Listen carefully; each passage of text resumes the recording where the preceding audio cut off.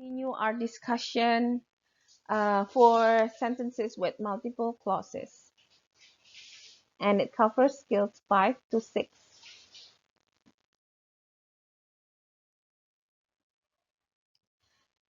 Skill 5, coordinate connectors. What are coordinate connectors? Okay, when you have two clauses in an English sentence, you must connect the two clauses correctly. As I told you before, if you have two clauses, then you have to have connectors, and it is called coordinate connectors. So one way to connect two clauses is to use and, but, or, so between the clauses to combine the two clauses together to become compound sentences. Okay, for example, the sun was shining and the sky was blue. So we have two clauses.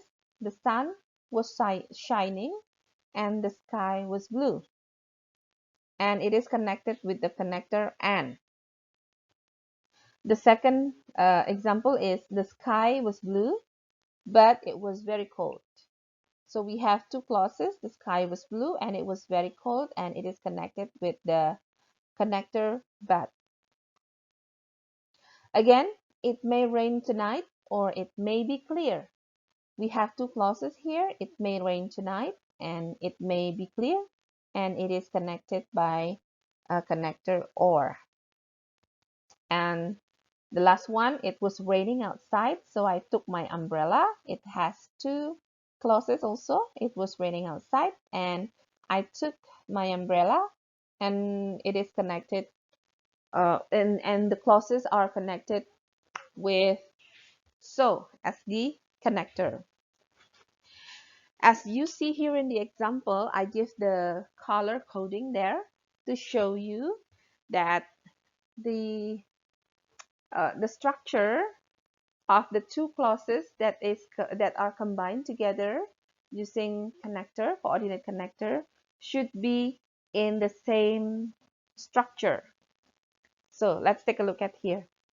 The sun was shining, yeah, subject verb, and then this one was past and this one is past. It should be parallel, yeah. This one is also subject and verb, and the verb are past. This one is also like that, yeah. The sky was blue, it was very cold. So the structure for the first clause and the second clause should be the same. Okay. Okay, let's take a look at the example of the TOEFL question. Here we have I forgot my coat blank, I got very cold. As you see, I forgot my coat is one clause and I got very cold is one clause. So we need a connector here. Yeah. So what is the connector? Of course, the answer is B. So good.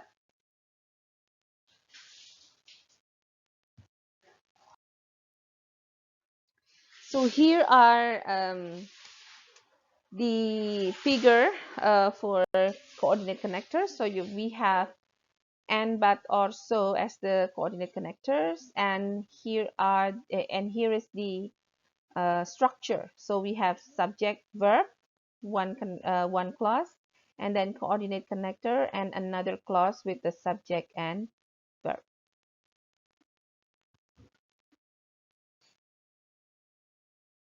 Okay, now let's take a look at skill 6, which is adverb clause connector. There are two basic patterns of sentences with adverb clauses. Okay, so if we talk about compound sentences before, this one is complex sentences. Yeah, if we talk about adverb clause connectors, then it means we talk about complex sentences. Okay, this is an example. He is tired because he has been working hard. He is tired is the independent clause, we can say he is tired, only he is tired. Then because he has been working hard is the dependent clause. So if we talk about complex sentence, um, remember that complex sentence has an independent clause and one or more dependent clauses. Okay, so this one is the independent clause and this one is the dependent clause. We can put it this way or this way. Because he has been working hard, he is tired. Okay, if you see in this example, if you put the dependent clause at the beginning of a sentence, then you need to put comma here. If you put the dependent clause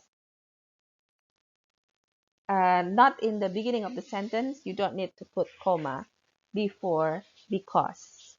Okay, this is the example of the question. Blah blah blah arrived at the library. He started to work immediately. Okay, you have verb here and another verb here. If you have two verbs, then you know that you need two subject and one connector. You have one subject here and no subject here. So you need one subject and one connector because the sentence has not have a connector. So which one is the answer? Good.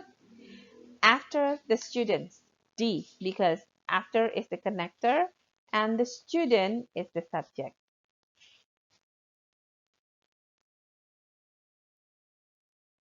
So this is the chart for adverb time, clause, condition, and contrast. Yeah. Here you can find the connectors for time, adverb of time, after, as, before, since, until, when, while, cause, because, since, condition, if, whether, contrast, although, even though, and while. And this is the structure of the sentence.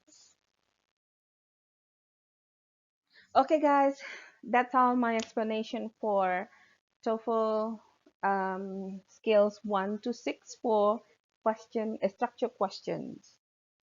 Thank you. Wassalamualaikum warahmatullahi wabarakatuh.